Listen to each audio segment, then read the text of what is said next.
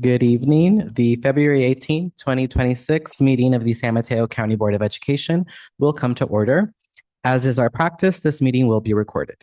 I note that Marco Chavez, Deputy Superintendent, Educational Services Division, is attending on behalf of Superintendent McGee this evening.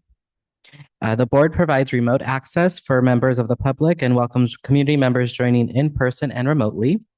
The board is following the requirements of Senate Bill SB 707, which enables remote participation by board members only under specific circumstances. We use simultaneous interpretation in Spanish for those attending virtually through the end of public comment, and translation will continue further into the meeting if people are utilizing the channel. Thank you to our interpreters, Ana Cruz and Kimberly Larios, for joining us remotely. For meeting attendees wishing to access the Spanish translation channel on Zoom, please click on the interpretation button on the menu bar. We ask speakers to be mindful of the Spanish interpretation and speak slowly and clearly. Item 1B is the approval of the agenda. Is there a motion to approve the agenda? So moved. Second. Thank you. There's a motion to approve the agenda made by Trustee O'Neill and a second by Trustee Gerard. Is there any further discussion? All those in favor say aye. Aye. All those opposed say no. The motion passes with a vote of 7-0, and the agenda for tonight's meeting has been approved. Item 2 is public comment. Guidelines for public comment are available on the SMCOE website and in board docs and on the table outside the boardroom in English and in Spanish. For speakers who require Spanish interpretation, our interpreters, Ms. Cruz and Ms. Larios, will interpret following each speaker's comments. At this time, members of the public may provide comment for topics not included on the approved agenda. The County Board of Education does not act upon any matter that has not been agendized, except under limited circumstances as permitted by law. It is the policy of the County Board to refer matters raised in this forum to the superintendent for investigation and/or action where appropriate. Deputy Superintendent Chavez, do we have any comments submitted prior to the meeting for topics not on the approved agenda? No comments that were submitted. Thank you. Speakers are invited to make live comment and will have 3 minutes to speak. Please keep within the time limits. To make a comment over Zoom, members of the public may use the raise hand feature. Instructions for using this feature are provided as an attachment in the board packet. Once the hand is raised, please wait to be acknowledged by Deputy Superintendent Chavez. Deputy Superintendent Chavez, are there any members of the public attending remotely who wish to make a comment at this time? I do not see any raised hands at the moment. Thank you. Members of the public may also provide live comment in person. Deputy Superintendent Chavez, are there any submitted cards for topics not on the approved agenda? No cards were submitted. Thank you. Public comment addressing a specific agenda item will be heard after the board's discussion on the item. If members of the public wish to speak to a specific agenda item, please use the raise hand feature when the item is announced, or if in person, submit a card in advance of the item. Cards can be found on the table outside the boardroom and given to a staff member when completed. Moving on to item 3A, we have our February 2026 Employee of the Month, Bert Ordnales, Custodial Maintenance Worker Facilities Business Services Division. Will Bert please join me in the middle of the room?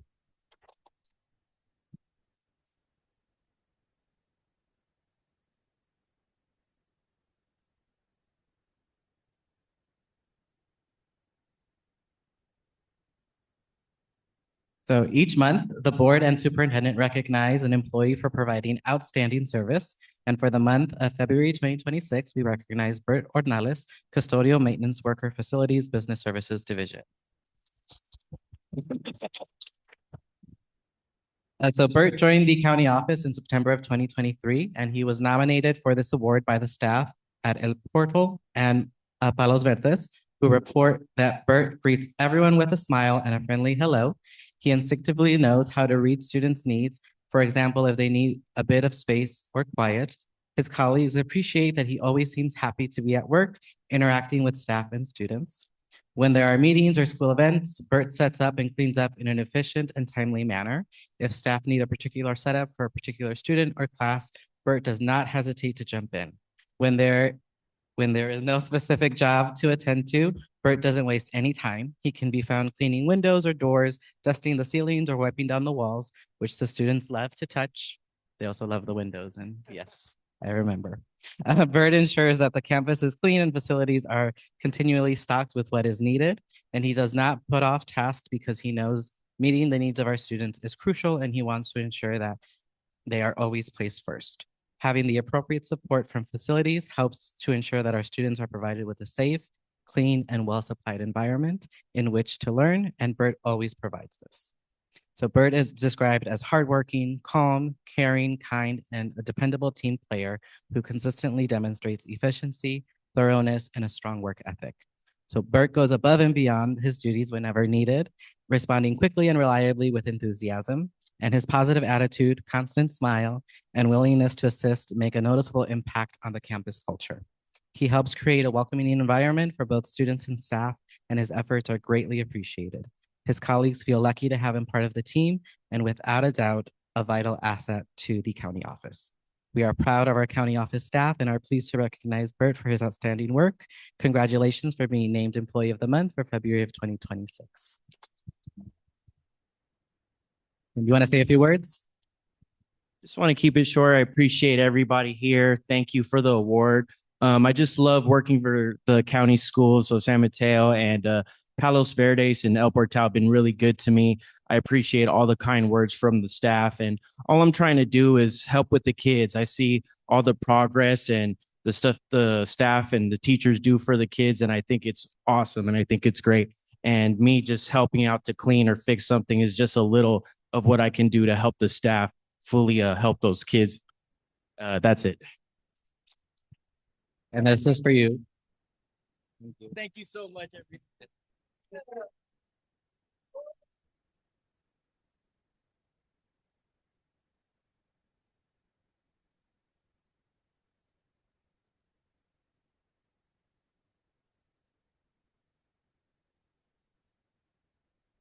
Moving on to item 4A, is there a motion to approve the minutes of the January 31st, 2026 special board meeting governance workshop as presented?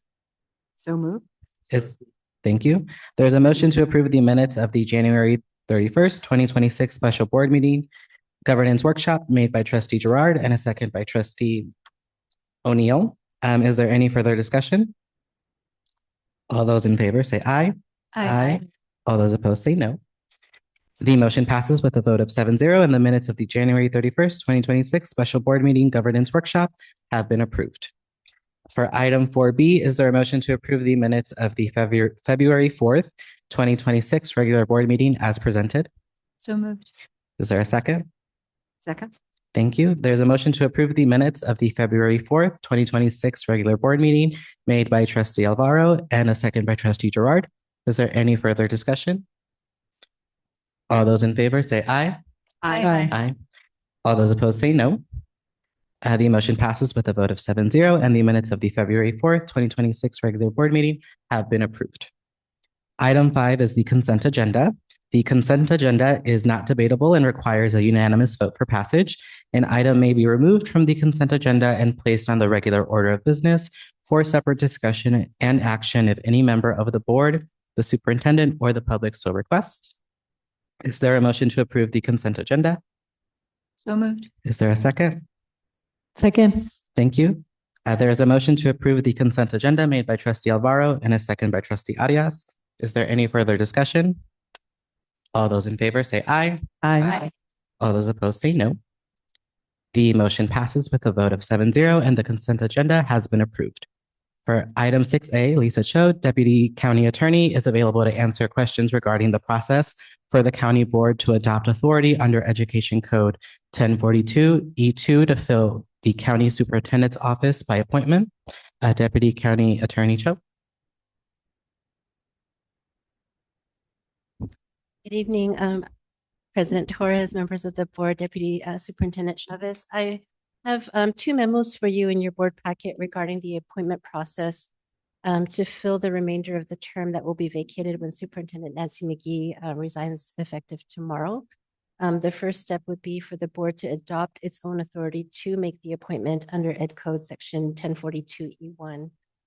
This is a special legislative carve out to the normal appointment process. For most county elected positions, when there is a vacancy, then it is the Board of Supervisors that would ordinarily fill that position. But for a county board of education, you actually have special authority to adopt on your own to be able to make the appointment. So that's the recommendation here. Since we're going to be having a vacancy in the office of the county superintendent, and we do have an election this year, the office is open actually until January 4th of 2027, when the new county superintendent would take the office after election. So approximately 10 months that we need to fill. The recommendation here is that the board make a motion to adopt its own power to make this appointment. My understanding is that we did historically have another situation where a county superintendent was appointed after another superintendent had stepped down midterm. But it appears that the 1042E1 section was not in place at the time. So there has not been a prior situation where this county board has adopted its own authority. Any questions from the board? Are there any comments or questions from the board? And seeing none, are there any questions or comments from the public? No raised hands. Thank you. Is there a motion for the county board to adopt authority under Education Code 1042E2 to fill county superintendent's office by appointment? So moved. Is there a second? Second. Thank you. There is a motion for the county board to adopt authority under Education Code 1042E2 to fill county superintendent's office by appointment made by trustee Love and a second by trustee Arias. Is there any further discussion? All those in favor say aye. Aye. All those opposed say no. The motion passes with a vote of 7-0, and the board has voted to adopt authority under Education Code 1042E2 to fill the county superintendent's office by appointment. Thank you. For item 6B, Lisa Cho, Deputy County Attorney, is available to answer questions regarding the process for the county board to fill the county superintendent's office by appointment. Back to you. Thank you. So the second step in this process is then to select a candidate for appointment to this office. We currently have about 3.5 months left until the June 2026 election. And then again, the remainder of this year before the new county superintendent would take office January 4th, 2027. The recommendation here is that Deputy Superintendent Marco Chavez be appointed to fulfill the remainder of Superintendent Nancy McGee's term. Just making the board aware that in September of 2025, due to Superintendent McGee's illness and some concerns over decision-making at the SMCOE and needing to have a person who is deputized to be able to make decisions for the organization in the event that she was unable to be present, there was an appointment of Marco Chavez as the Deputy County Superintendent of Schools. This is a process that is set forth in the government code that allows an elected official to deputize a person to carry out the functions of that office should they be incapacitated due to illness. So you'll see as part of the board packet, there was a appointment of deputy that was filed with the county clerk's office on September 3rd, 2025. Really, this was put in as a safety measure to ensure that the operations of the SMCOE would carry on without any interruption or delay due to illness. And I wanted to just at this moment publicly acknowledge Deputy Superintendent Chavez acting in his role as the Deputy County Superintendent has fulfilled the functions of this office with courage and great steadfastness. It has been a difficult, I think, transition and time in adoption of that responsibility. So I want to thank him for that service. And given that we are in this election year and that there's not a whole lot of time left in the term, I think there was some consideration. And I actually took a look at what happened down in Orange County when they had a similar situation with the county superintendent who stepped down due to illness. And that was 2.5 years before his term had completed. And they actually went through a pretty extensive recruitment process where they took applications and they held interviews. And then it was actually quite contentious, actually, as I understand that whole appointment process. And I think the landscape that they were looking at there was really because there was so much time left on that term. And then there was going to be an interesting incumbency that would take place and then potentially affect the election. Because Deputy Superintendent Chavez is not currently a contender for this year's election. And given that he has been fulfilling this role really with a lot of grace and dignity and, you know, the SMCOE staff really look up to you. So I want to appreciate you for that. The recommendation is that he be appointed to this role to fulfill the remainder of the term. And if there's any questions about the appointment that was filed last September and what that means, I'm happy to answer that tonight. Thank you for all the context. Are there any comments or questions from the board? Trustee Love? I want to agree with everything that council said, that we are very fortunate to have Marco Chavez in place and ready to assume this, and just we're very fortunate. Thank you. Trustee Alvaro?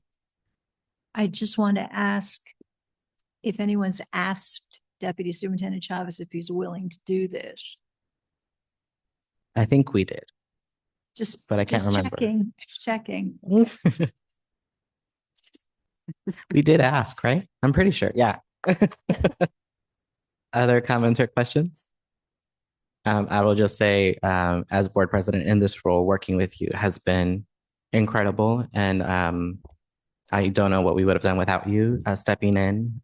So I really do appreciate all and everything to keep the work moving forward during this time. So thank you. Oh, yes, Trustee Arias. Yeah, I just also want to take a minute to appreciate all the support that you have given me as the newest trustee here. And as I heard that this is a possibility that you're going to continue, I am very excited because I see how you really put your heart in everything that you do. So I really appreciate all the support that you have given and look forward for more support. Thank you. Are there any comments or questions from the public? So, sorry. No, I don't see any raised hand. Thank you. Is there a motion? Trustee Gerard? Yes. I would like to move that we appoint Marco Chavez, Deputy Superintendent, Educational Service Division, as Deputy County Superintendent of the schools. And through the term of January, is it 4th, 2027? Oh, I just want to correct. So you would be making an appointment to the county superintendent of schools position? It would be Deputy- county It would superintendent? be the county superintendent of Okay, schools. county position. superintendent? And the term is from 2022 to 2026. Can they correct my? Yes, we can go back and do that again. Yeah. I'm very happy to be doing this, so I want to make sure I get it Absolutely. right. Yeah, so the title is County Superintendent of Schools, 2022 to 2026. Okay, that's what I move. Is there a second? Second. Lots of seconds. Yes. So there is a motion to appoint Marco Chavez to County Superintendent of Schools for 2022 to 2026, made by Trustee Gerard and a second by Trustee Lev. Is there any further discussion? All those in favor say aye. Aye. All those opposed say no. The motion passes with a vote of 7-0, and the board has voted to appoint Marco Chavez to County Superintendent of Schools 2022 to 2026.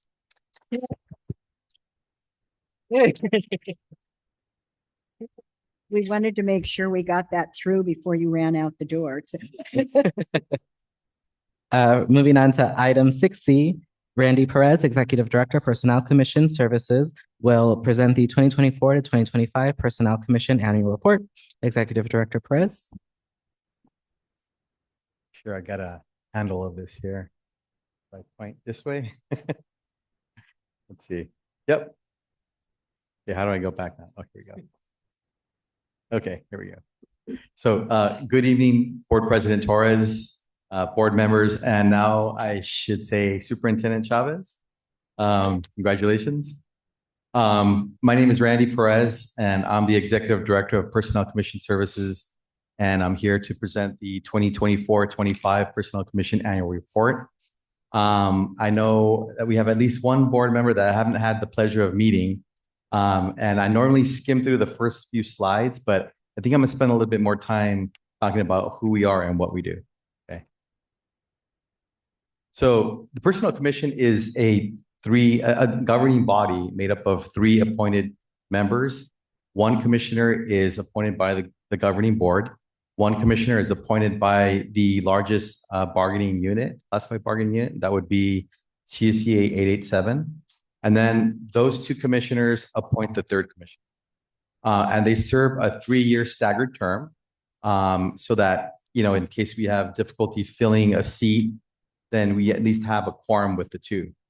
Their responsibility is essentially revising and writing and approving policy and regulations and overseeing the application of the merit system. So what is the merit system?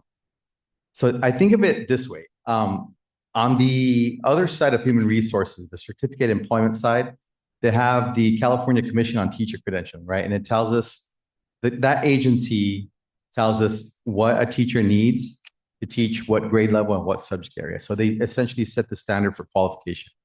We don't have anything like that on the classified side. And the classified service is really, really wide ranging. We have everything from a paraeducator that would serve Carlton Community Schools or a special ed program, all the way to an executive director over business services, and then everything in between. So our job is to develop very strategic, intentional recruitment and assessment tools to determine the highest qualified people to take on these, classified positions. That's essentially what it is that we do. I have experience working both in merit and non-merit districts, and I could tell you that the first and only time I was deposed by an attorney was when I was at a school district that did not operate with a merit system. And see, in a non-merit system, administrators have a lot more latitude and they can make their own decisions, and there's not really a whole lot of guidance. And so sometimes you have these departments that have, their entire family members in those departments. And so I was in this 2-day grueling deposition. There was an allegation that there was nepotism and, the department had their entire family. And so anyways, I think the merit system keeps employers out of hot water, really. And I think in my heart of hearts that, taxpayers really want to see that there's a vetting system that ensures that people that take on these positions are qualified to actually be in those roles. So I talked about the open competitive selection responsibility. These are some of the responsibilities that we have. We also oversee the class description and compensation system. We just recently approved an agency-wide class and comp system for the classified service. I'll talk a little bit about that later on in the presentation. But essentially, we oversee the development of job classes, pay structure, reorganizations, things like that. And this is all very connected to the work that we do. It's related to our recruitment efforts, our ability to develop assessments, workers' comp, our ability to engage in an interactive process. There's so many things that are related to that. We resolve protests, a variety of protests, and hear appeals for classified employees. Essentially, we are responsible for ensuring that employees are given due process rights. If an employee is, for example, terminated for cause or suspended without pay for cause, they have the ability to appeal to us, and we're required to hold a hearing and hear the evidence and render a decision, and that decision is binding on the employer. We are also responsible for developing personnel policies and regulations to ensure that we are running the classified service efficiently. And then finally, we collaborate with the superintendent and members of cabinet to make sure that we're staffing our positions with highly qualified people and meeting their needs. And here are our wonderful commissioners. Veronica Palmer is the classified appointed commissioner. She's appointed by CSEA 887. Karen Schwartz is your appointed commissioner, and Ms. Palmer and Ms. Schwartz in turn appointed Ms. Shreve, who is the joint appointed commissioner. And then our staff, I've already introduced myself. Ian Johnson is a Personnel Commission technician, and Sylvia Pei is a Personnel Commission analyst.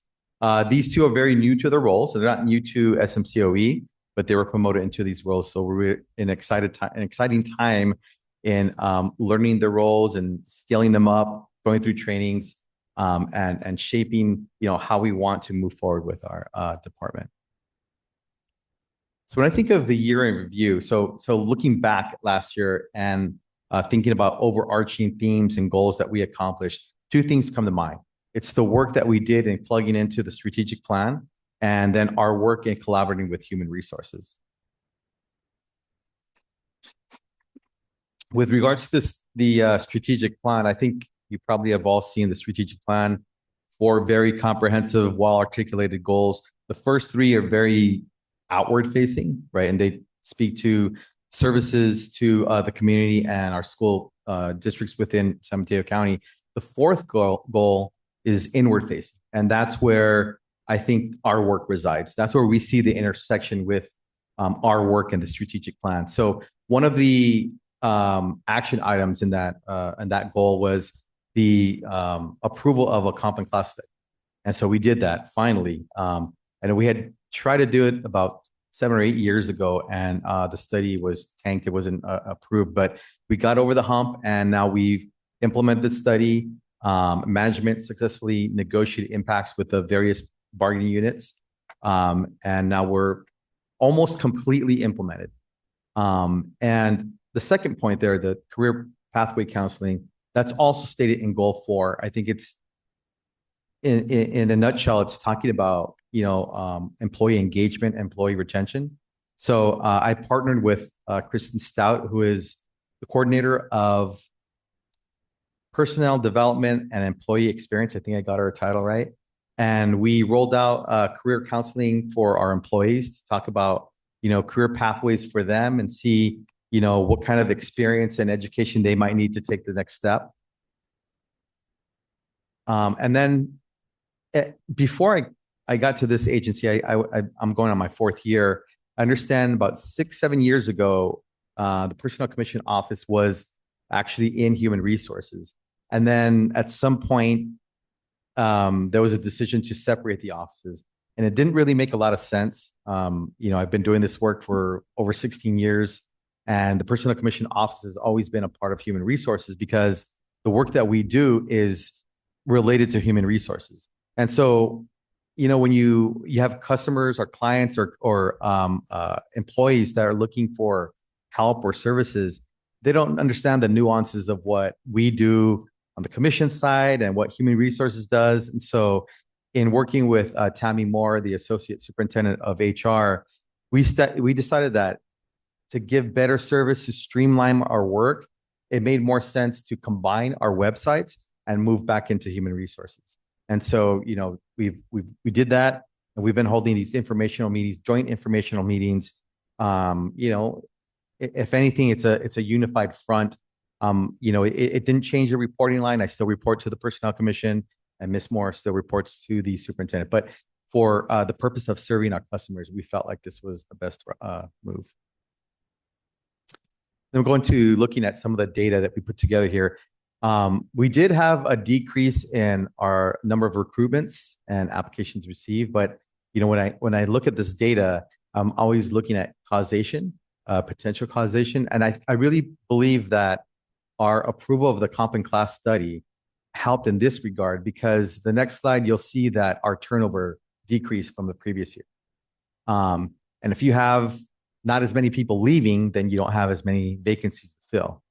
And the only other point I want to, other data point I want to speak to is that performance examinations conducted, we increased almost 3-fold from 22 to 78. And so I'm highlighting that point to say that we're getting better at developing our assessments to target the knowledge, skills, and abilities.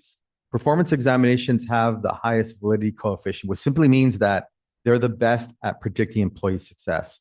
And so we're running more of those types of exams. This shows appointments and separations. You can see resignations, separations, and retirements. We had 29 in 2023 and 34 in 2024. And then you dipped down to 18 last year. So again, thinking about, the work that we've done in employee engagement, helping employees to see career paths here, and then having a competitive pay structure. I think it's all contributed to that. And then finally, this data set shows the classifications that that we approved. And you see a big uptick from last year to the year before 2024. And that's because of the comp and class study, because all of these job classes and the pay structure, the hierarchy, all that stuff gets funneled through the Personnel Commission for approval. So some of those reclasses were outside of the study, but we were really busy in this area last year. So looking ahead, I think this is going to be an ongoing effort, the increased promotional only recruitments. I think the ultimate goal is to be really good at finding top talent and highly qualified people to join our agency, and then developing them and running promotional only recruitments to promote them to take on higher level roles. And I think that's one of the most effective ways to develop your human capital. And then refining our assessment procedures, again, getting better at what we do to develop very specific targeted recruitment and assessment tools at our disposal so we can find that top talent. Using cutting edge technology and new methods to recruit and conduct assessment.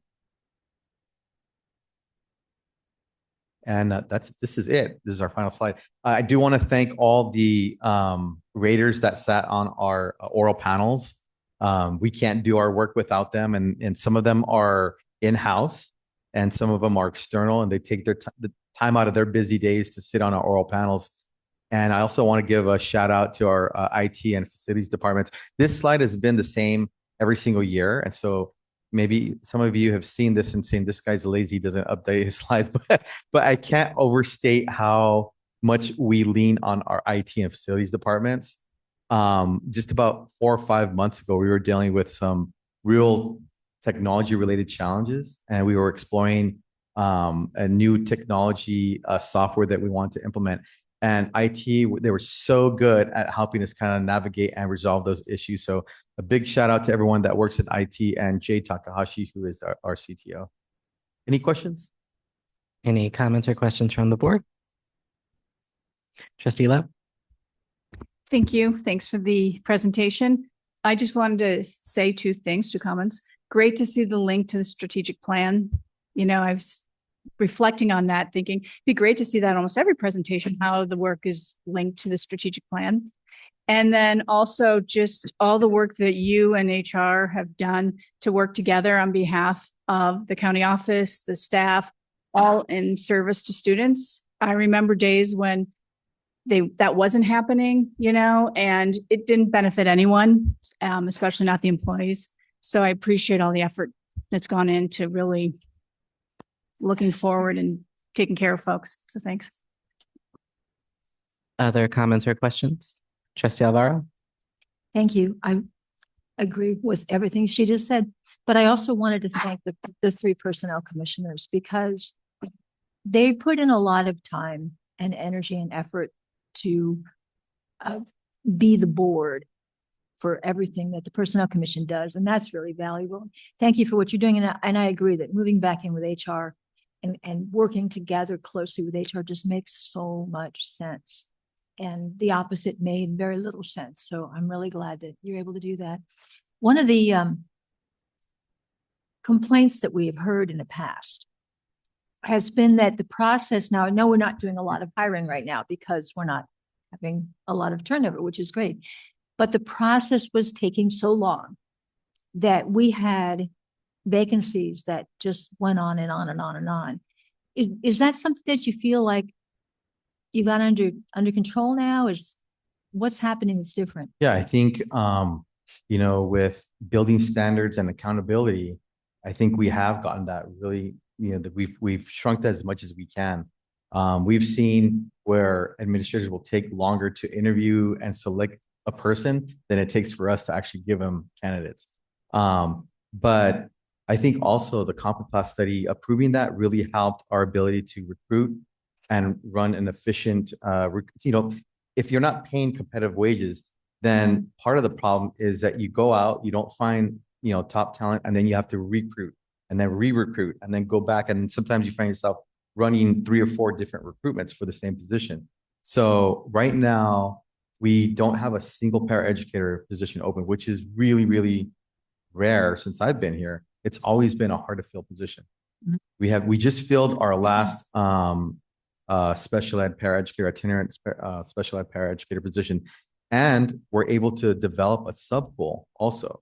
So about a year ago, I was having conversations with Sarah Notch, Executive Director of Engagement, and I can't remember her title, but you know she is, about potentially using a temp agency because we couldn't build a sub-goal, you know, and the agency is legally responsible for complying with IEPs and providing service to kids. And you know, after approving this comp and class study, you know, not only were we able to fill positions, but we were able to develop a sub-goal. So it's had a huge impact. That's big. Yeah. Congratulations. Okay, thank you. Trustee Arias? Well, I also want to second what both of them said, but also thank you for the explanation at the beginning. It is new to me. But following up on what you just said about special education, I think it's great to hear because there is every single day the student needs to have services, right? So like you said, if those positions are not filled, you're out of compliance, right? And not only that, but the students are also losing those services. But the other thing that I like to make a comment is about the career pathways for employees, because I think about like the peer educators, right? Like if there's possibilities for them to continue to be within, San Mateo County employment and upskill, and then you have your pool of others ready to come in. I think it's a great way of, we hear so much about the teacher shortage. And so I really appreciate that presentation today because it kind of gives the idea of how important this aspect of supporting students and families is, right? And these are sometimes areas we don't think about, but it makes so much sense that we have the right people. And then you also said about finding highly qualified individuals too, right? Not just making sure that the position is filled, but also making sure that the person that is selected for that position is highly qualified. So I appreciate that. So thank you for the presentation. Other comments or questions from the board? Just echoing, I really did appreciate the connection back to the strategic plan and seeing where it fits and all of that for folks who might not have that understanding. And thank you for spending the extra time at the beginning for all of us, even as a refresher, and for our new board members. So thank you. Thank you. Are there any comments or questions from the public? No raised hands. There is no action to take on this item. Thank you.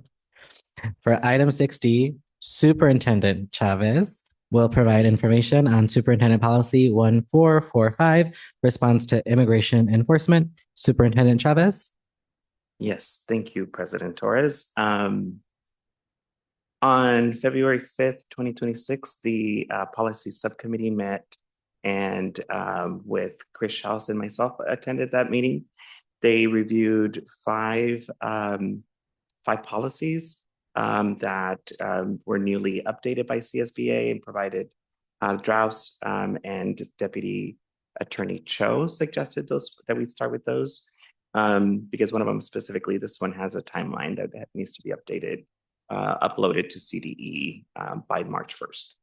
And so in those conversations, it was determined that out of the 4 of them would be superintendent policies. This is one of them, and a board policy, which you'll see later. And then the remaining 3 will come before you on March 4th for superintendent policies. So this one specifically, it's again on response to immigration enforcement. You have it there before you. There is really no edits from the subcommittee, but I did catch one that I will make after this. It starts, the County Board of Education is committed, and it should be the county superintendent is committed. So we'll make that adjustment. And then also in the committee, there was a question that came up regarding the second paragraph there, to provide examples of what these federal, unless required by state or federal law, what are those documents that, examples of documents that we shouldn't be collecting? And so just in talking to staff and our team members, and also conversation, it came up that FAFSA, for example, is one of those documents that sometimes requires a social security number, and that would be something that an example where we might ask a student to provide that. However, I've learned since that conversation that now ETIN numbers, I was just Googling it, and that stands for electronic transmitter identification number, which is a 5-digit number, or an EIN number, employee identification number, can also be used. And also birth certificates, for example, are commonly requested to provide a certification of birth dates. But now there are alternative documents that families can provide that doesn't have to be a birth certificate. So just information that the question that was asked during this process.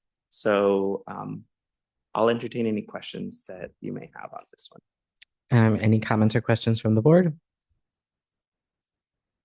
I'm seeing none. Any from the public? I don't see raised hands. There is no action to take on this item. Thank you. For item 6E, the public hearing on initial proposal for the California School Employees Association, Chapter 158, to the San Mateo County Superintendent of Schools for the 2025 through 2026 successor collective bargaining agreement is now open. Would anyone like to speak on this issue? I'm seeing none, so this hearing is now closed. For item 6F, the public hearing on the initial proposal for the San Mateo County Superintendent of Schools to the California Schools Employees Association, Chapter 158, for the 2025 through 2026 successor collective bargaining agreement is now open. Would anyone like to speak on this issue? I'm seeing none, so this hearing is now closed. For item 6G, we have superintendent's comments. Superintendent Chavez, do you have any comments to share? Yes, I just want to express my gratitude and that I am honored that I was appointed and that I don't take the responsibility lightly. I am very grateful that I'm able to support and advocate for students and families in this county, specifically the ones that need it most. It's a great responsibility, and I'm up for the challenge. But also, there's that heart element, the element of leading with heart and connecting and uplifting our team members, our community members, our community partners. So again, I'm grateful for the opportunity, and I'm looking forward to working with all of you and everyone else. Thank you. Thank you. For item 7A, the board will receive an update on the board docs transition process and choosing a new agenda posting platform. Superintendent Chavez.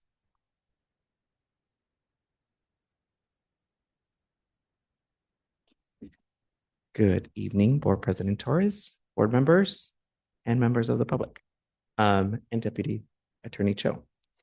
I'm getting a lot of airtime tonight. Okay, so this evening, we want to provide you information that on this process to transition from our current board docs platform to a new one. And so back in May, we learned that board docs as a platform will no longer exist as we know it, and it will transition to Diligent, which is a different company. And in August, we came before you and share with you some of the processes that we were following, some of the different platforms that we were looking to explore. And then at that time, you all shared some elements or some areas that we value in the platforms that we wanted to make sure that the new platform or whatever platform we choose has them or are aligned to. And so currently here at SMCOE, we have five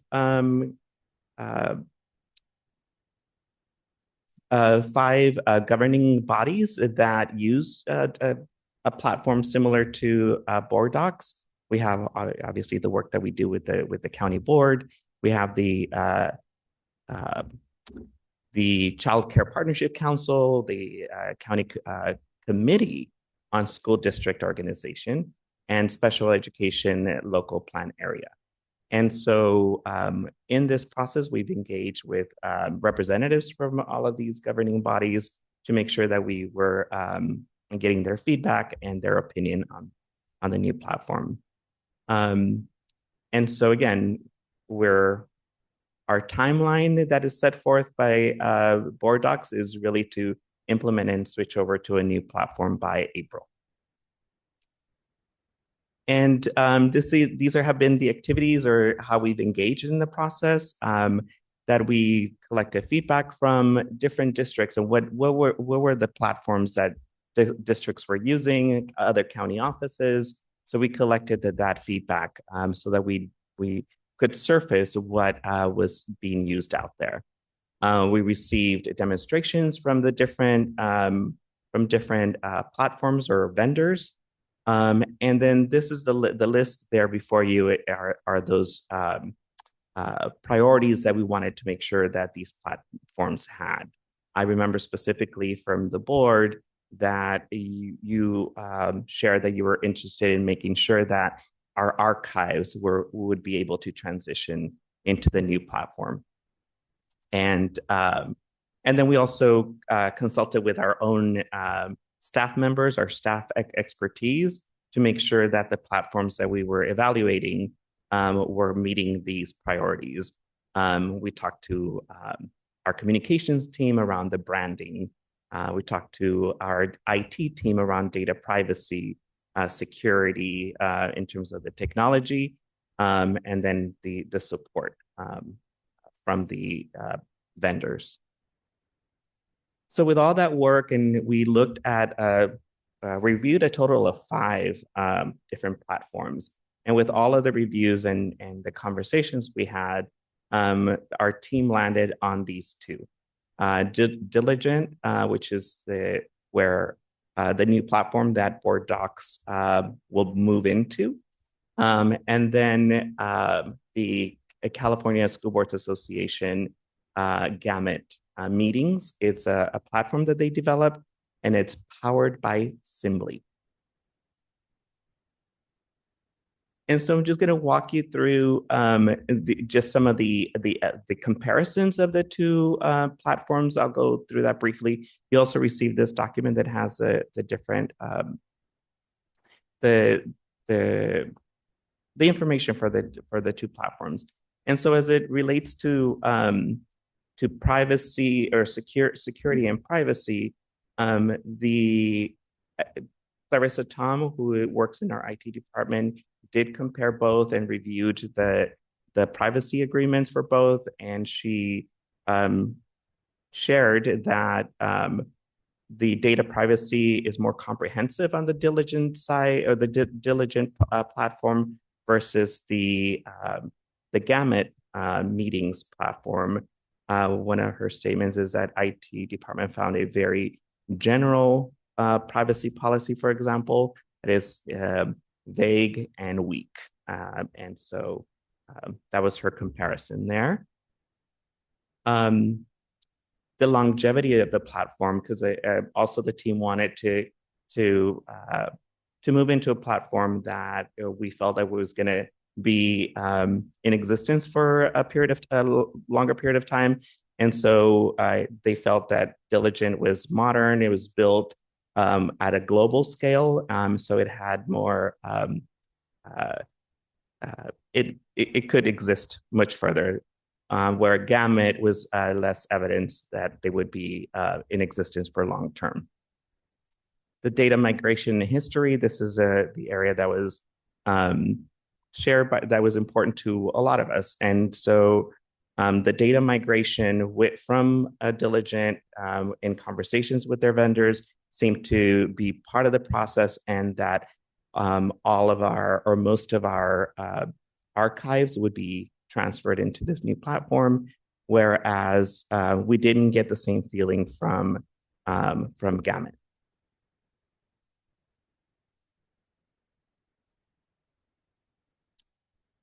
And in terms of appearance and branding, when we looked at, see if I can go back. Yeah, this slide here. You can see the slide on the left. It seems more intuitive.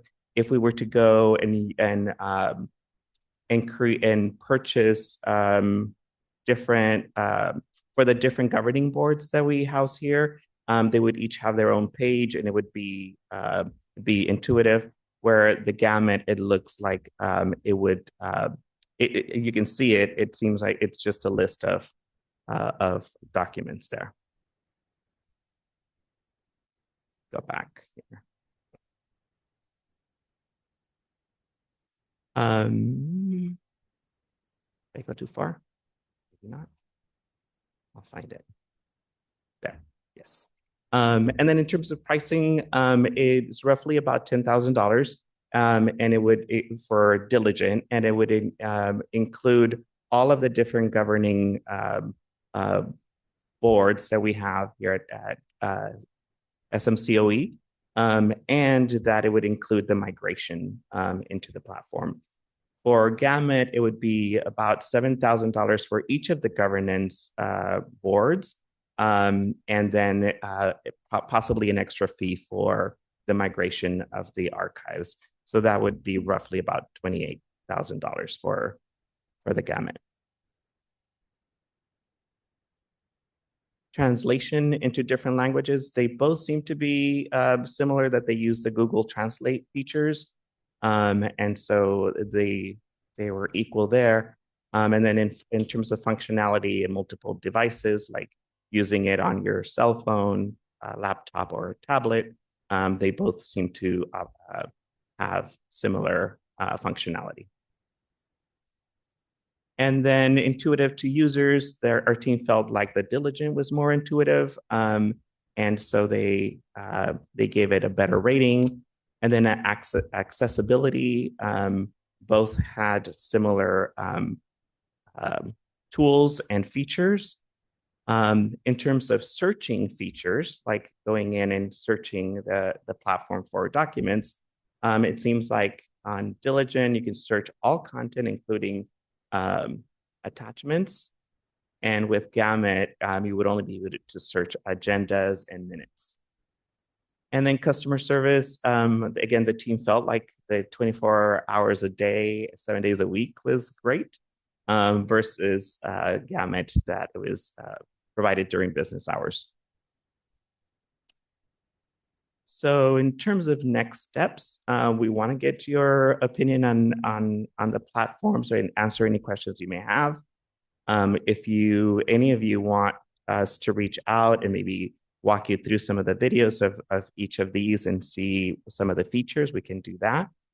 Then once we would then engage in selecting a platform, writing a contract, and then begin the rollout and implementation with training, merging the archives, and then having you all use the new platform. So with that, I'll entertain questions. Any comments or questions from the board? Trustee Love? Thank you. I'd kind of forgotten about this process. I had to go back and look at the minutes from August, but thank you. It seems to me that this is kind of a straightforward choice when you look at the options. Plus, having worked on the Gamut site extensively, not a fan of that. And so that's just sort of observations I had. I was curious about the annual cost. Are they similar in the annual cost? I think that 10,000 was like the setup cost, or the 28,000, and then.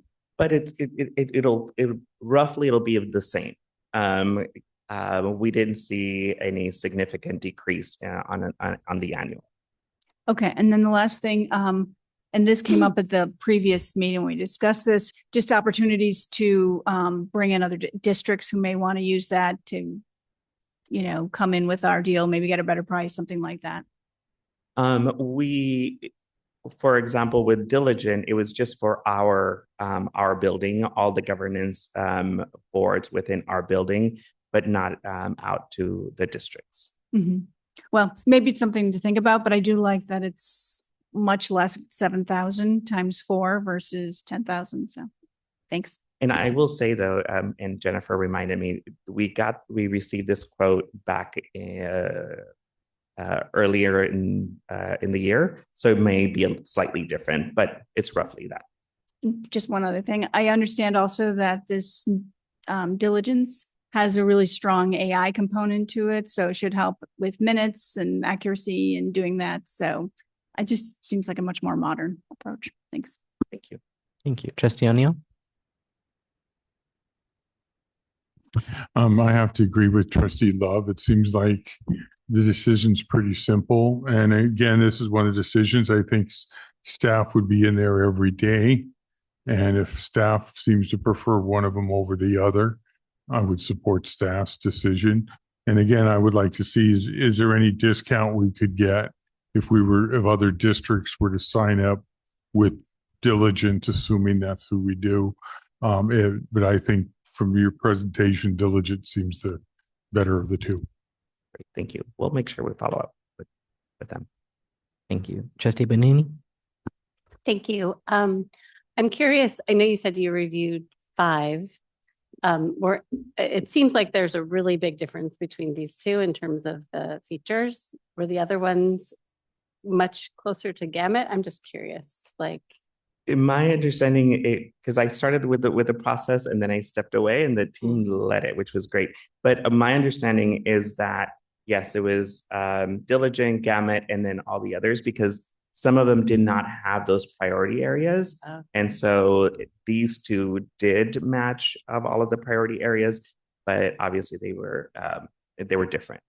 But Okay. yes, some of the other ones did not have those areas. Okay, thank you. Well, even with those differences, it seems like it might be more seamless since it is the new version of Board Docs.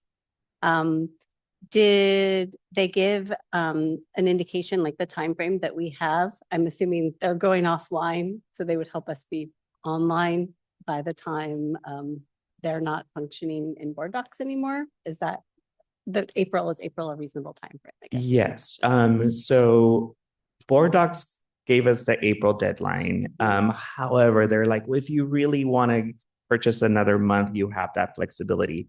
Diligent, they move pretty quickly. They're global, and so they seem to be ready, positioned to transition us. Okay, and my last question is, do you have a sense of the costs, I mean, the price that we're paying now and like how different it is than the Diligent cost? Is it going up because it's this new company, or is it pretty much the same? Just curious. It is going up, but I don't have the exact number. That's okay. So I can email it to the board members. Apologies. All right, thank you. Thank you. That was my question. Trustee Alvaro? Thank you. I just want to echo, those of us who've been on the policy subcommittee hate Assembly with a passion. And for really good reason. I mean, I tried to log on several months ago. We were doing something and I tried to log on and it told me that there was San Mateo County Office of Ed didn't have a connection to the Gamut, which we knew we had all our board policies loaded up on. So that alone is enough to not want to deal with those people because they just, it's confusing. And we want this to look good to the public too. We want the public to be able to go in like they can now and say, what's going to be on the next board agenda? What's going to be on the next SELPA board agenda? And I don't trust Assembly and Gamut. So I really appreciate all this and certainly the financial savings and everything is, but it just, and the main thing is also our interface as a board, we use it, but we don't use it constantly. We use it right before a board meeting. We got our docs and sometimes we search for something in the past, but staff uses it constantly. And anything that can make it easier and more seamless for staff to just say, it's ready gets my vote. Appreciate it. Thank you. Other comments or questions from the board? Trustee Arias? Thank you for that, Susan. You made me think about access. Like, is there like different when the public wants to access languages or any accessibility features? Are those in Yes, and that was important to our Okay. team, and I believe it was raised here with the board that the accessibility features that are and both Gamut and Diligent were had that accessibility for the public for the outward facing. Like if they're trying to find the agenda or past documents or, Yes. okay, great. Thank you. Trustee Gerard? Thank you. I really want to thank you for all of the research and work that has gone into this to make sure that we really do get the right thing in place, and that will be easier for everyone to use. Because if you can't use it, what good is it? And nobody does. And then all we have is complaints. So this really sounds like it's going to meet the needs of not only everyone in the county office, but board members and the public as well. And I know, speaking personally, if it's not easy to use, you'll probably hear complaints from me. Because when we do need it, it's usually urgent. It's not that we spend our Sunday afternoons, browsing through websites or, well, maybe some people do. I don't. But anyway, I just really want to say thank you for all the research and work that's gone into it, because I know it is. And I would be throwing a fit if we were even talking about Gamut, because I was involved with the beginning of that. And I did not use it like the policy committee had to, but even as much as I did, it was so frustrating. I was ready to scream.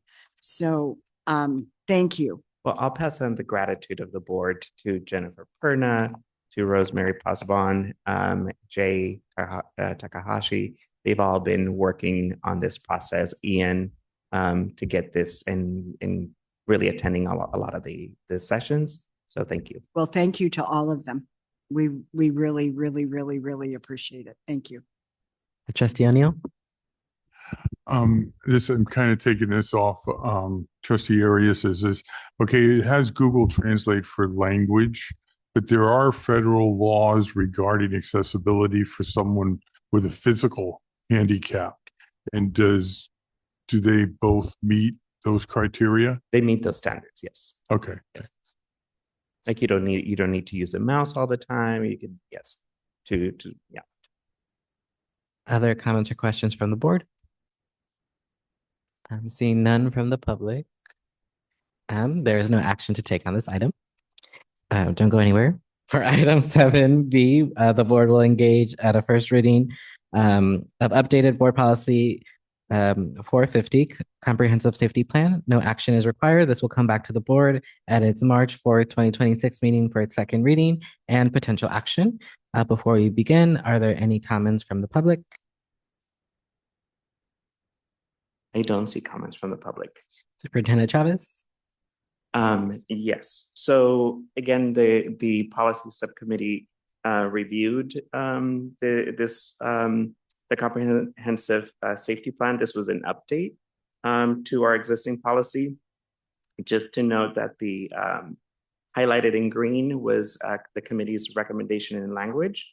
And then the items that are highlighted in yellow, they were either the committee decided to remove those and or replace with some of the green highlighted items. And also, there was a question on page 2, right above the tactical response plan item where it reads by October 15th of each year, the superintendent or designee shall notify the California Department of Education of schools that have not complied with the requirements of this ed code.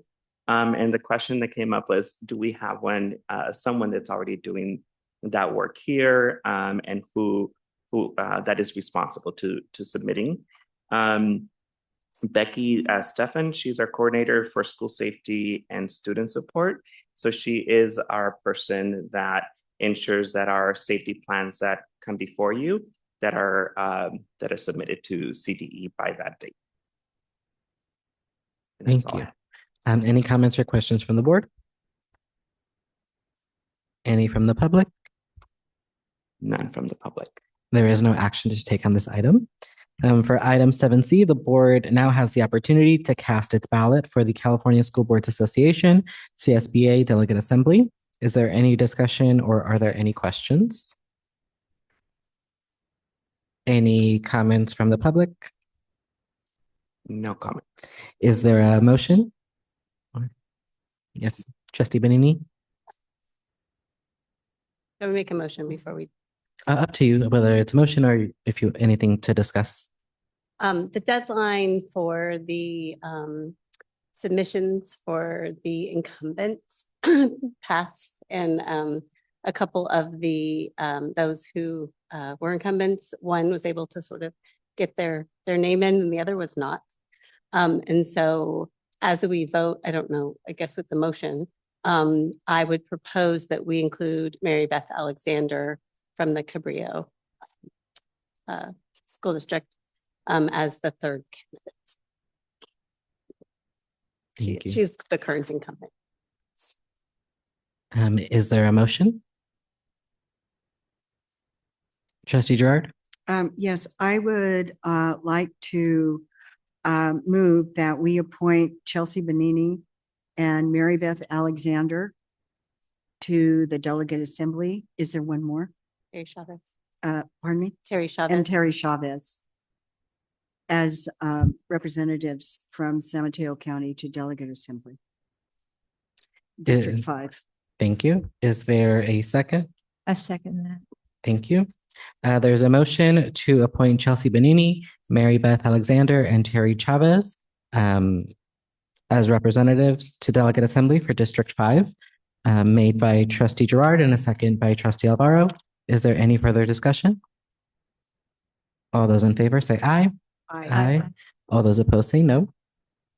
The motion passes with a vote of 7-0, and the board has voted to appoint Chelsea Benini, Mary Beth Alexander, and Terry Chavez to Delegate Assembly for District 5.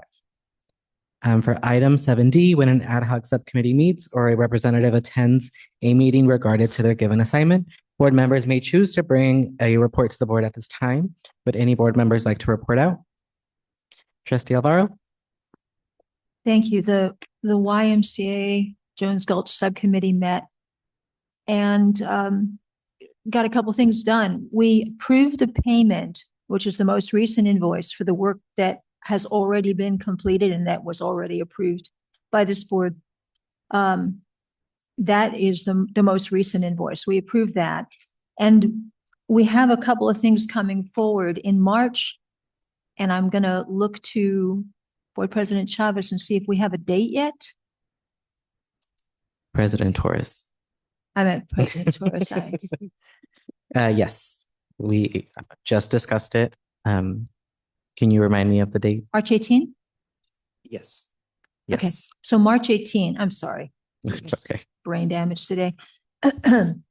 March 18, we will have a presentation from staff of the YMCA, probably Nico, who is their construction coordinator, on the new housing builds and question and answer from the board. So this will be a complete, this is what they're proposing, this is what's going to cost, here's pictures, here's diagrams, and we can ask questions to say what it is.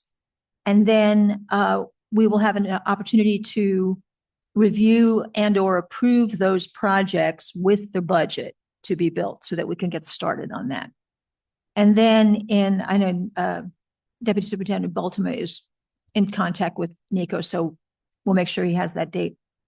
And then in April, approximately a month later, we would like to have on the board agenda to discuss and or approve the new maintenance agreements.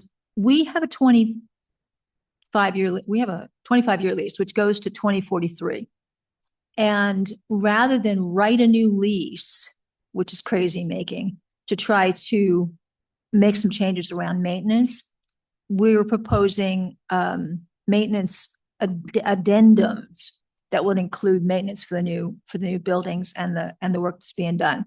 And we're all working on that. So we'll have something to bring forward in April for the board to look at and hopefully approve new maintenance agreements that'll be an addendum to the lease. So we won't change the lease, until 2043, at which point most of us will have graciously stepped backwards. So that's what we're working on. And if this all goes well, we'll have begin to have some building happening with the new director housing and principal housing and intern housing. So that's pretty exciting stuff. I also had asked Deputy Superintendent Baltimore if he would look, the money from the sale of the Lomar property got sort of swept into Fund 40. And we knew it was there, but we didn't have an accurate breakdown of exactly what was there. So he has looked into that and gave me some numbers. So it will now have its own little envelope within Fund 40 so that we know what we have for spending on capital improvements at Jones Gulch, separate from all the other facilities, master plan stuff. So here's an interesting number. When we got done with the original tax, I won't go into all the details. Anybody can ask me offline if they want to know details. But when we got done with the money that we had from selling the Lomar property, we had just under $5 million. Because of the interest earnings, we have spent a little over $1 million to date to do what we've already done up at Jones Gulch. Because of all the interest earnings, our fund has gone down by about $100,000. So we've actually earned enough in interest that the fund is only, we've spent $1 million and it looks like 100,000. So that's pretty good. So we're still looking at having very close to $5 million in that fund, still earning interest and still to spend on improvements up at Jones Gulch. So I'm feeling pretty good about that. And I don't know if either of you or Deputy Superintendent Baltimore have anything to add. Sounds good. But I think there are questions for the subcommittee. Chelsea Benini? Oh, Or but I Trustee think you Benini? answered one of my questions, which was how much was the amount that's kind of the carve out of Fund 40, because we've been looking at Fund 40 for other things. And so it's good to know what that is. So it's around 5 million. Yeah. Okay. And then my second question was more of a confirmation. Didn't we a few months ago, or maybe it's longer now, approve already a certain amount for this additional housing? It was on our agenda, or will that come back to us? I thought we approved it, so I was just curious. Yes, the board, it had already been approved, but there's $4.5 million of capital improvements to be made out at Camp Jones Gulch. And so I think Trustee Alvaro mentioned that that the rest of the projects to spend that $4.5 million were approved by the subcommittee. What we're talking about here is the administrative housing, which is separate than the $4.5 million commitment we had already made. Okay, that's helpful. Thank you. Thanks. Thank you. Other questions for the subcommittee? Would any other subcommittees like to report out? Trustee Love? Thank you. I had two reports. One is the policy subcommittee. I want to thank the committee and staff. We got together and moved quickly to get things done to meet the March 1st deadline. Appreciate that. That was, highlighted for us. I know that Trustee Alvaro has been also nervous about that deadline. So I'm glad we got that done. And I actually hope that I found it useful having sort of the Deputy Attorney, find like a chunk of things we need to focus on. And if we can kind of keep that going, because of which just this big list, it's very overwhelming. And so if we can find sort of the next key thing we need to get done, that would be very helpful so that we don't go months and months and months, and then get in a rhythm if it's every 6 months or whatever it needs to be to actually do this process when we're caught up. It'd be great. So thank you to everybody. And okay. Yes. I just want to comment. I was nice to rejoin the policy committee. And I did appreciate that we had a task to do, like 5 policies to go through. And of course, the list is longer. And I just wanted to, I didn't raise it in the committee because, in the last meeting, I didn't raise what I'm going to say now because I just wanted to focus on what we were doing and get reacclimated to like what the work is. But I did want to remind that there were a couple of items that I had requested as agenda items, but they might be additional policies or policy review. So we need to put those on the list for the policy committee. So just note. So that's definitely on the list and we need to figure out what they are and then moving forward. And I don't know if those are going to be board policies or superintendent policies, but we'll figure that out in the committee. Or at least, Well, they might be parallel policies. yes. Okay, that's great. So thank you. Comments or questions for that subcommittee? Okay, next report. Okay, Trustee thank Lett? you. And the next one, the advocacy subcommittee met to sort of plan for the upcoming year. We weren't a full committee. We were missing one of our members. So, but we did have a good conversation talking about things we want to focus on. One was the vehicle licensing fee issue. I understand that Superintendent Chavez is on the subcommittee that is actually tasked with working on that because we had offered from the board to support. But so we will offer that to you if you need anything from us to support with it. But that was an area that we identified as a priority for our advocacy, as well as just helping. And this came out of our retreat, just board members giving a toolkit, what they need to go out and talk to school districts and really be advocates in the community on behalf of students and schools. And then we talked about special ed and we talked about a few other things. So I was tasked with writing up those notes, which I didn't do, though we just met last week. And I need to run them through the committee before we share more on that, but that's kind of where we are. And the issue of special education funding from the federal government came up and some other things. That's my report. Thank you. Trustee O'Neill? One of the issues we were talking about was the VLF cuts from the county. And I want to appreciate Superintendent Chavez and Kevin were able to supply to us what funds the County Office of Ed gets from the county and what programs they support. So that if the cuts do come downhill from the county, do we as a board want to advocate locally for what items on there? Because there are a couple items that are really important to education. And I don't know if and I asked some specific questions, but I don't know if they were able to get to them or not. So I did see an email from Deputy with Superintendent Boltema, and they asked staff to compile that information.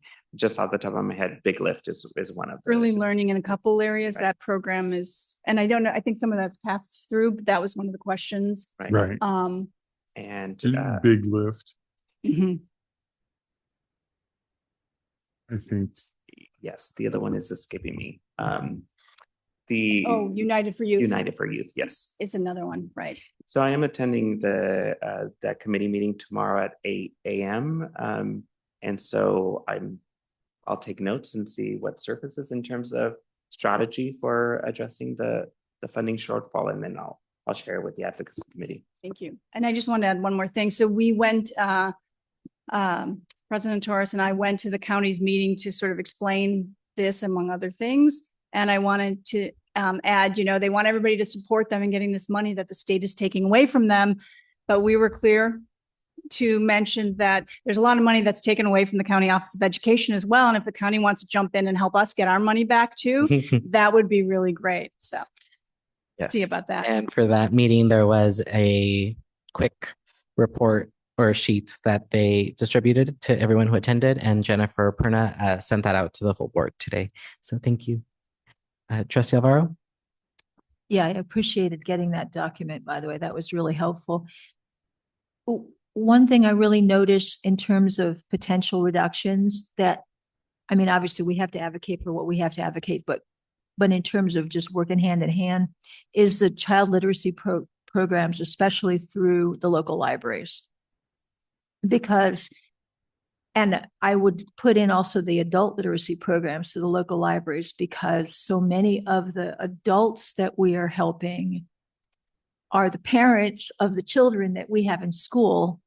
And, trying to get those kids to not become long-term English learners.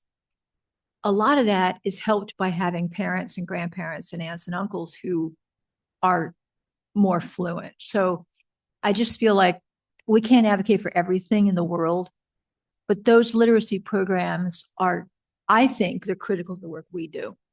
So I just wanted to bring that up. Trustee Love.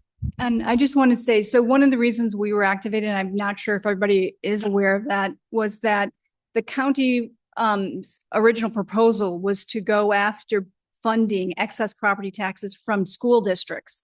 And so our high school districts were consulted. And so they were really feeling just an enormous attack. And they were basically, the county's proposal was, don't worry, this money will be transferred to us and then you can get backfilled from the state, but they're not getting backfilled from the state. So they think they're kind of passing the problem of the county getting backfilled to the schools getting backfilled from the state. And they heard loud and clear from the superintendents that they met with that that really wasn't workable. And they have a huge long list, which we can also share with you to make their case on that. So it's not necessarily advocating for their programs, but it was really just kind of making sure we were helping our districts take care of theirs. Trustee Benini. And I just wanted to, as I was processing it and learning about what they were initially trying to do, I was thinking about it in terms of our excess property tax, because that basically is our community funded amount that's already taken and there's no backfill. So, so I appreciate you, both of you, going to that and raising the issue of potentially, you know, we're in this together. So let's all fight to get our money back from the state. Thank you. Ian Bain was also in attendance. Oh, and Ian, thank you, Ian. Thank you. Any other comments or questions for the subcommittee? Would any other subcommittee like to report out? Before we move on to board comments, we do need to swear in Marco Chavez so he can assume his duties. I will hand it over to Deputy Attorney Cho for anything additional that I might have missed. Yeah, so we have the loyalty oath here. So our board president Torres will administer the oath to Marco Chavez. Maybe we can do it at the front here. Yeah.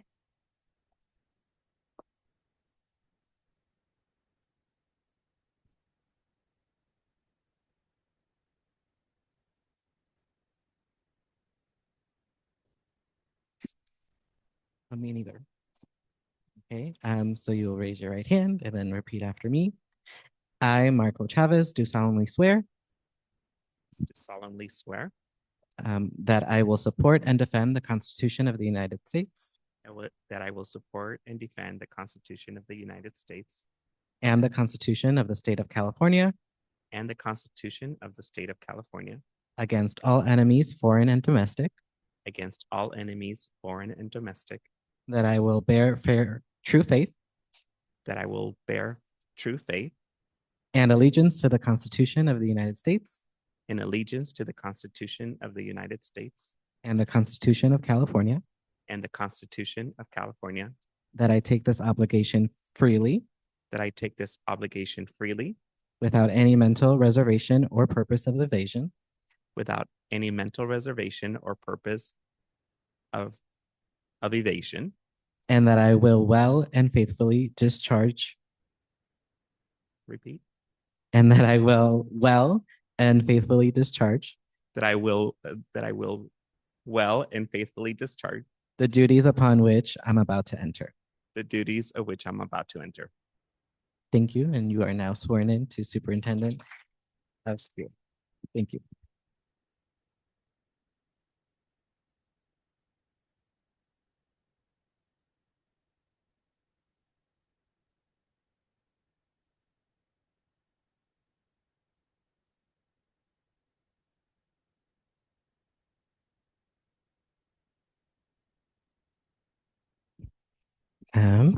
Thank you. For both, yes. Oh, I forgot to do our agenda items. There we go. Sorry, because I had my notes all over the place. So first, item 7E, the board will discuss future board agendas. Before I move on to board members sharing, I just want to share the conversation that Superintendent Chavez and Vice President Gerard and I had. So attached you have a list of the topics that have been mentioned. Our plan is to discuss and act at the next meeting in regards to which items to prioritize, since we do have a list. I did say that any requests coming from the subcommittees should be pushed forward. And so if there are any topics that are not listed, we could share that out now. Or if there are any additional topics you'd like to discuss, we will include that on the list, so that way we can vote on them at the next meeting, if that makes sense. Trustee Bonini? So mine aren't new. They're just raising ones that have been raised before that are not on the list. So I just want to remind that we had a request, and we can vote on it if we need to at the next meeting for priority. That's fine. But in December, I raised the cell phone policy update, which is actually coming up for we're required to do that by July. So it would be good to know what we actually are doing. So that's one, and it's just a reminder. The next one, I think it was raised a couple of times at the last meeting, which is the policy or the process that we want to go through for our getting a student board member in place, and or a liaison. But I have heard chatter of students who may not be in our schools, who may not be a liaison or on the youth commission, who still might want to apply. And I think that falls under our policy too. So I think we need some guidance and maybe some in that agenda item. Maybe it needs to be kind of a discussion of how we're going to share that out to the public, because students are asking and they don't know what to do. So that's just for that one. And then the last one that I have also raised prior is the CAC recruitment for the SELPA that we as liaisons for Trustee Arias and I as liaisons to the SELPA have discussed this, and we want to initiate a process so that we can make appointments. So again, it wasn't a new one, it was prior. Yes, thank you. Trustee Love? Is this for new items or for the current items? Both. I would like, if it's possible, to have a report on implementation of the strategic plan. Doesn't have to be long, just sort of here's the main goals and here's where we are in working on them. And then if there's roles for the board, like we're not getting somewhere on a couple of them, that the board could then assist with it so that we keep moving forward with that. Thank you. Trustee Arias? I think it's more like just making sure or addition to the Juvenile Justice and Delinquency Prevention Commission presentation. I just wanted to make sure or ask that the youth voices there is present. So when that is requested or when the presentation comes in, I would really like to have the youth voice also being there, kind of like what they did for the conference. Yeah, I will add that they did reach out with some potential dates. So now it's just scheduling, but that's something that we can add once we respond to the communication. Okay, So, appreciate that. I think we're looking at potentially April, but I could be wrong. But Yes. okay, thank you. And also would really like to have a presentation about United for Youth, how where we're standing. I know that is a process, and that there's a lot of presentations and activities going on about it, but a presentation about United for Youth would be great. Again, really related with also a presentation about core and community schools, family and student engagement. I continue to think it's important to know how is it happening.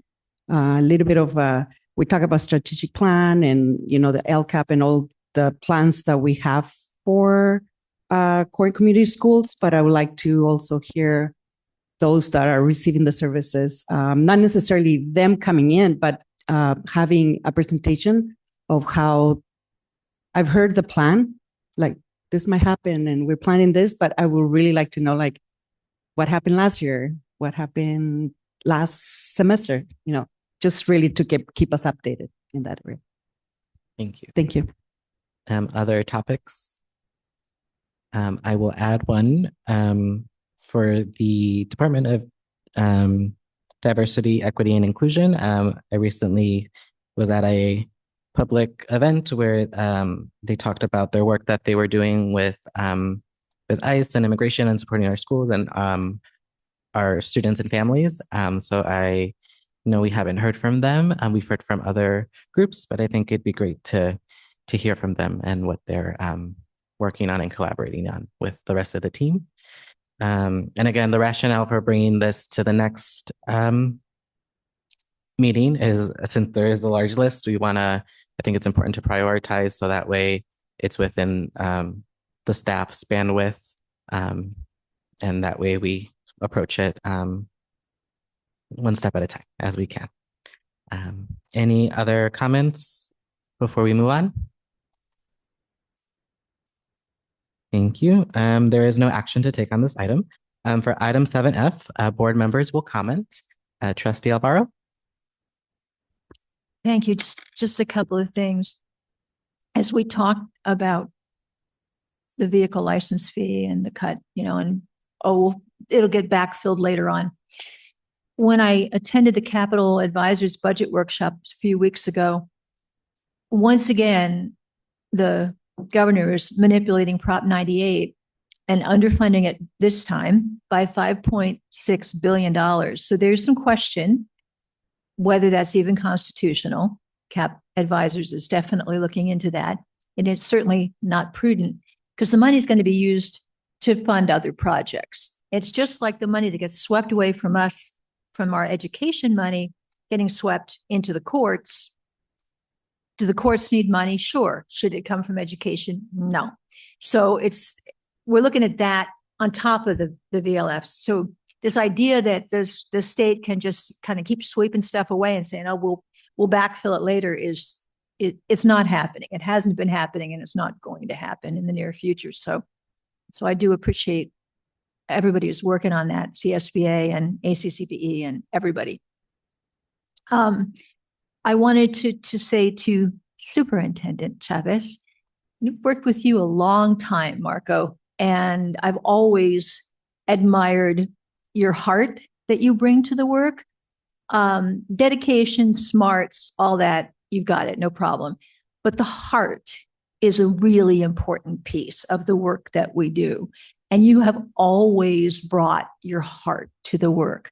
And that's why I've always liked working with you, right?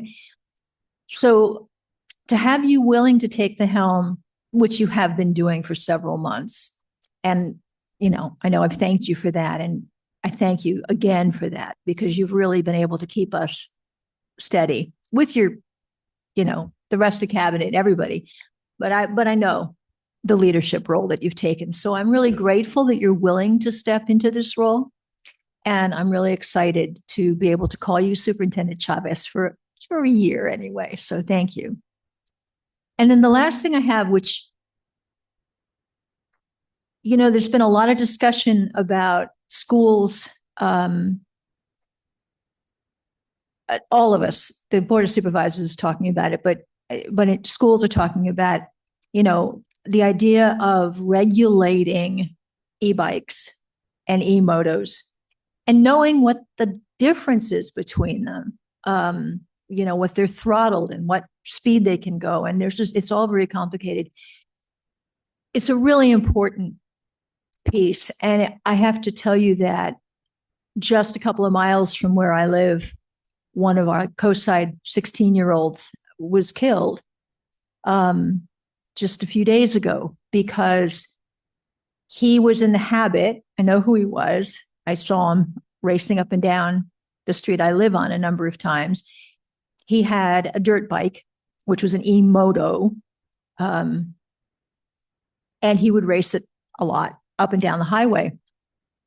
And this time there was a box truck involved, and we have a 16-year-old child dead. So it is really important that we're talking about it. I'm really grateful that the Board of Supervisors is talking about it. I know Supervisor Mueller, Supervisor Spear have been really talking about it a lot and hosting forums. It's important that our schools are talking about it. At least 2 school districts, I think Portola Valley is one of them. I think maybe San Carlos is the other one, but I'm not sure, have adopted regulations where unlicensed e-vehicles are not allowed on school campuses. Menlo Park. Menlo Park, thank you, was the other one. So kids can ride their bicycles to school. They can ride pedal assist e-bikes to school. But once they cross the line into these vehicles that need licensing, they can't ride them to school. So I think we need to really be aware of it as an education community. This is our problem too, right? That's all I have. Thank you. Thank you. Trustee Arias? Thank you. Well, first of all, I want to congratulate Superintendent Marco Chavez. It was very interesting to see you being sworn in when you were the one to swear me in into the trustee position. So I was like, oh, I remember that not long ago. So again, congratulations. And I'm really excited to continue to work with you and get your support in this position. So thank you. I'm excited to see that Ruby is here because I want to say that on Friday, February 6th, I attended the Fred Korematsu Day of Civil Liberties and at the Hall of Justice and County Center. And I really want to thank Lisa Show for welcoming and also giving me a very kind push and encouragement to talk because I was not supposed to. But I did introduce myself in the presentation, and it was just the first time that I attended. And being in the court room and seeing all the judges and attorneys to be willing to put their time to do an enactment like that, such an important day. And seeing Ruby, thank you for doing all the organizing, seeing her running around and coordinating and putting the students what was next and having them really, just the way that it was presented, it was so, it came like from the students' voice, and the presentation, it was for them, right? To understand the system and what happened and who Fred Korematsu was and how important it is to someone who decided to speak up and continue to, advocate for the rights that he had as a U.S. citizen. It showed not only, there were several questions I remember when the agenda moved on into having a panel of attorneys and really inspiring the students.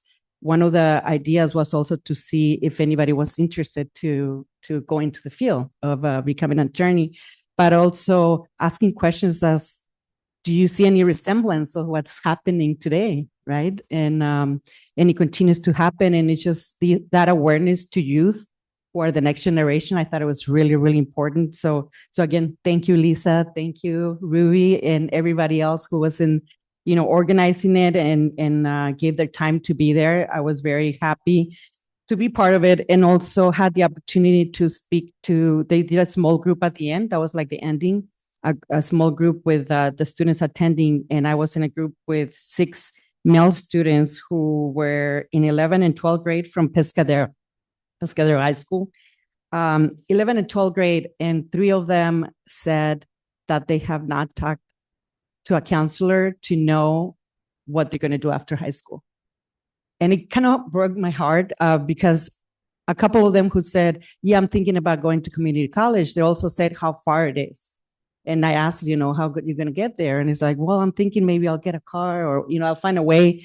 But again, I saw myself, as Latinos that they were, the 6 students, really quiet and started engaging in the conversation, how important it is the job that we do and the work that we do as, as trustees here in the San Mateo County, and being very conscious about those that need those supports. And I think that's why I continue to say students' voice, because I might think, oh, they need this and we can do this for them. And, but what about them? Like, what do they need? Where are they standing? And that was, to me, it was very eye-opening to know that 11 and 12 graders have not spoken with a counselor to plan what they're going to do after school, after graduating from high school. So just to bring awareness to that.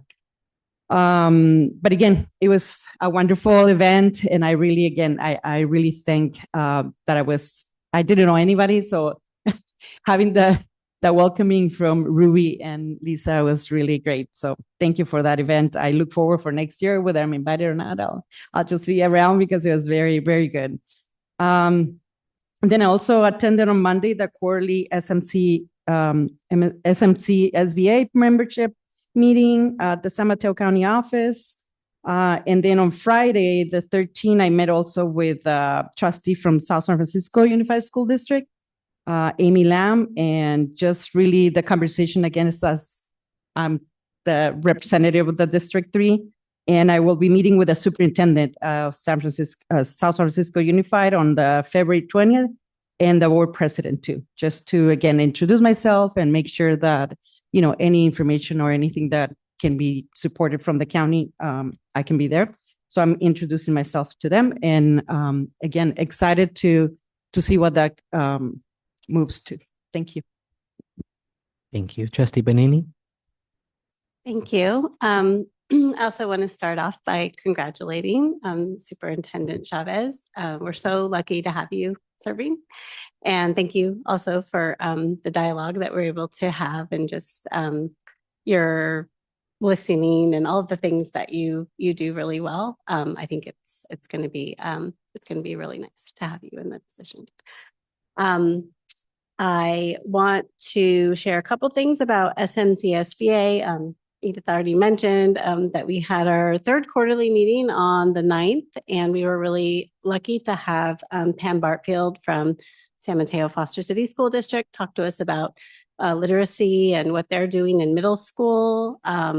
And that also, you know, we were talking about middle school and high school, but we just had the middle school perspective, but it's kind of a work in progress, and they're really learning a lot through their process. So it was a really great conversation. So that was wonderful. And then we also have our fourth quarterly meeting. So it isn't for a couple of months. It's on, so mark your calendar. It's on April 20th. And we are going to have a presentation from Seeds to Solutions. And that'll also be great, because I haven't seen anything too much about it either. So I think our districts will really benefit from that. And then unfortunately, there was a communication that went out, but I just want to make sure to say it here, that we didn't have enough legislators to proceed with our February 28th legislative brunch. We just had too many conflicts. And so we only had, I think, one legislator who was able to come. So what we are trying to do is, of course, we're able to go to the Santa Clara County School Boards Association's legislative brunch. And I haven't put out a note about that, but I think that it's on March 14th. So I'll send a communication. But also, we've kind of pivoted, and we're asking the legislators if they will join us for a short time on that last quarterly meeting. And then also the one legislator who said, yes, I'll be there, we're asking that person to come, when all of them actually, to come to the Kent Awards, but we're actually extending an invitation for speaking because we appreciated that. So I think SMCSBA, we're getting to the end. We have our last few events, so that's great.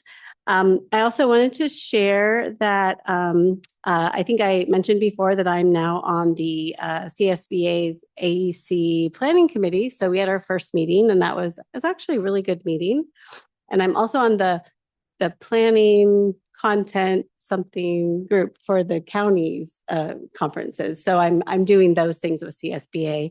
And so I had a meeting for that, I think, too. Oh, I had a meeting, and I was the only one who came, and I met with Amy, and she's the organizer for that. So yeah, so I got the update on everything that was happening. So if you want to know anything, I can tell you offline.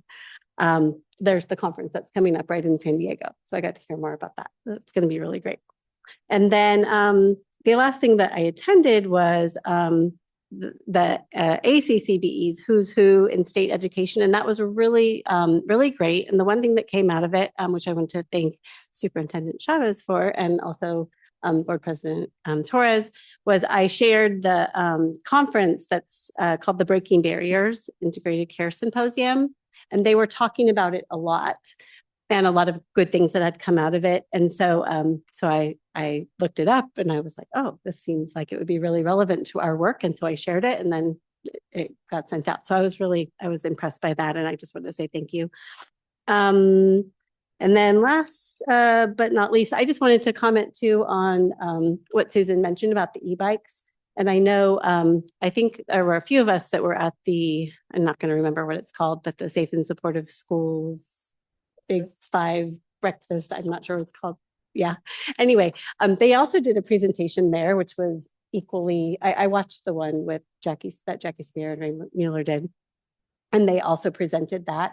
And Teresa Baez-Kelly, of course, who's working on that. They're very focused on it. And Menlo Park City School District was there talking about their upcoming policy. So it's so important. And you're right, like we need to be having more conversation about it and be in those spaces. But I'm glad it's happening in all different spaces so it can kind of hopefully come together. So thank you for mentioning that. Thank you, Trustee Love. Thank you. I'll be brief. Congratulations to our new superintendent. Very happy. We're very lucky, but I also want to just reflect that this is a very big time of transition for the County Office of Education.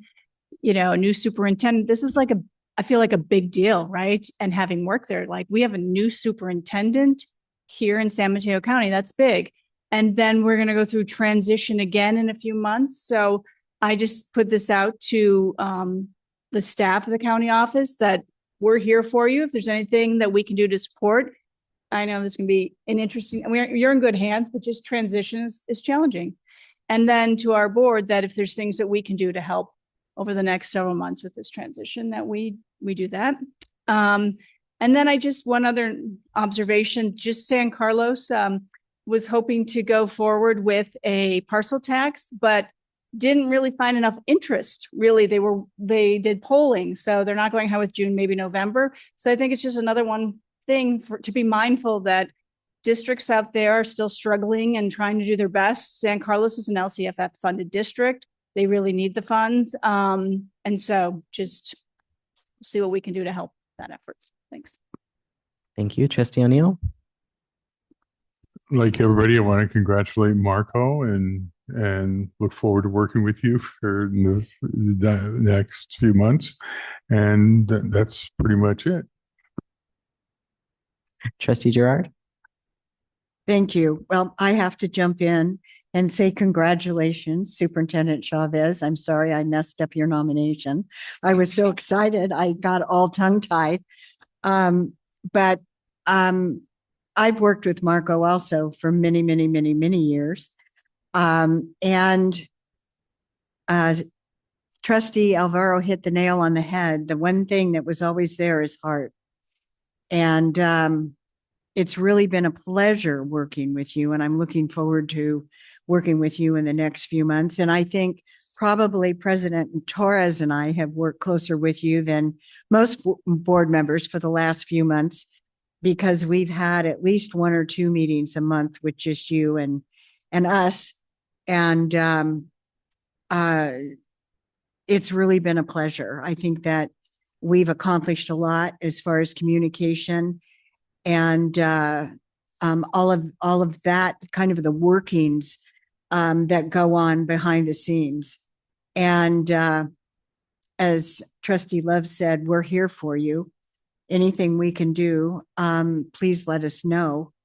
And it's a huge undertaking, and I think we all understand that. And but probably no one better than you. So, like I said, you know, we're right here behind you. So, congratulations. Also, I just wanted to mention that, and Trustee Benini just kind of touched on it as well. At the safety breakfast that I attended a few months ago, they did an excellent presentation on the e-bikes versus motor scooters. And I just wish that could be presented at every school district throughout this county, that particular presentation, because it went into great detail about the differences between the two and how a lot of parents are buying their kids actually motor scooters when they think they're buying them e-bikes. And two of the people that did the presentation had visited several middle schools throughout the county and counted the number of motor scooters in the parking lots. These are middle schools. These are 13 and 14-year-olds, 12 in a lot of cases. And the parents, we're assuming, thought they were buying them an e-bike, and they were not. They had bought them a motor scooter. So, as you said, Susan, I saw that in the paper, and what a tragedy. And it's very, very scary. It's not only dangerous for the kids, but it's dangerous for pedestrians and for other motorists on the road when you've got a 12-year-old that can ride a scooter that goes up to 60 or 70 miles an hour. So I think this is something that really needs to be promoted big time. And I'm 100% behind it. Also, I am going to be attending the ACCBE conference this weekend in Modesto, and I'm really looking forward to that. It'll be interesting because I'll be the only one from this part of California there. Most of them are all in the mountains and the valley that'll be attending, but we have a great program put together as for the other two. And they're not all the same. So just so you know, there's a couple things that are similar, but all three conferences are different. And one of the things that the North County, the Ukiah conference is going to be talking a lot about are Native Americans and Native American students. And that isn't really something that's brought up a whole lot. But if you're familiar with Lake County and all of those northern counties, they have a very large Native American population up there.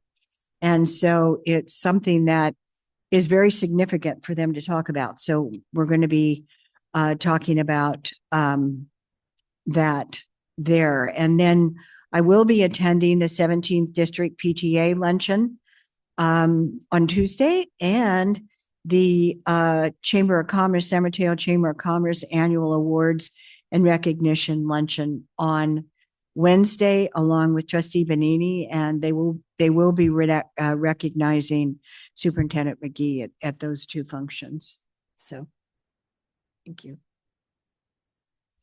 Thank you. I actually have a couple of items. I can't remember if I congratulated Deputy Superintendent Baltima on his anniversary, but congratulations. Also, congratulations to Superintendent Chavez. Thank you for putting up with me during this time. And a happy early birthday.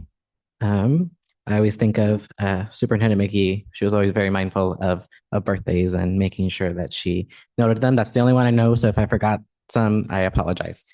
I will also want to share that I've had some changes in my personal life. So I stepped down as principal from my school in San Jose. Again, it was in San Jose to avoid a conflict of interest. And in my new role, I am the Vice President of Programs and Services for Samaritan House. And before assuming that role, I made sure to do my homework and check in with Deputy Attorney Cho that there was no conflict of interest in me taking on that role. And there is not. And in the event or in the future that there is some partnership or relationship with Samaritan House, I will abstain and also just explain why I'm abstaining so that, again, no conflict of interest. And with that new role, I have been busy with the onboarding. So my schedule has been tight. So I have not been able to attend my responsibilities for the subcommittees. But I'm hoping that after the next week or two, I will have more control over my schedule so that I can be attending the meetings and completing my responsibilities as I have committed to. And thank you. That's all I have. So item 8 is our adjournment. The next regular meeting will take place on Wednesday, March 4th, 2026 at 7 p.m. and this meeting is now adjourned.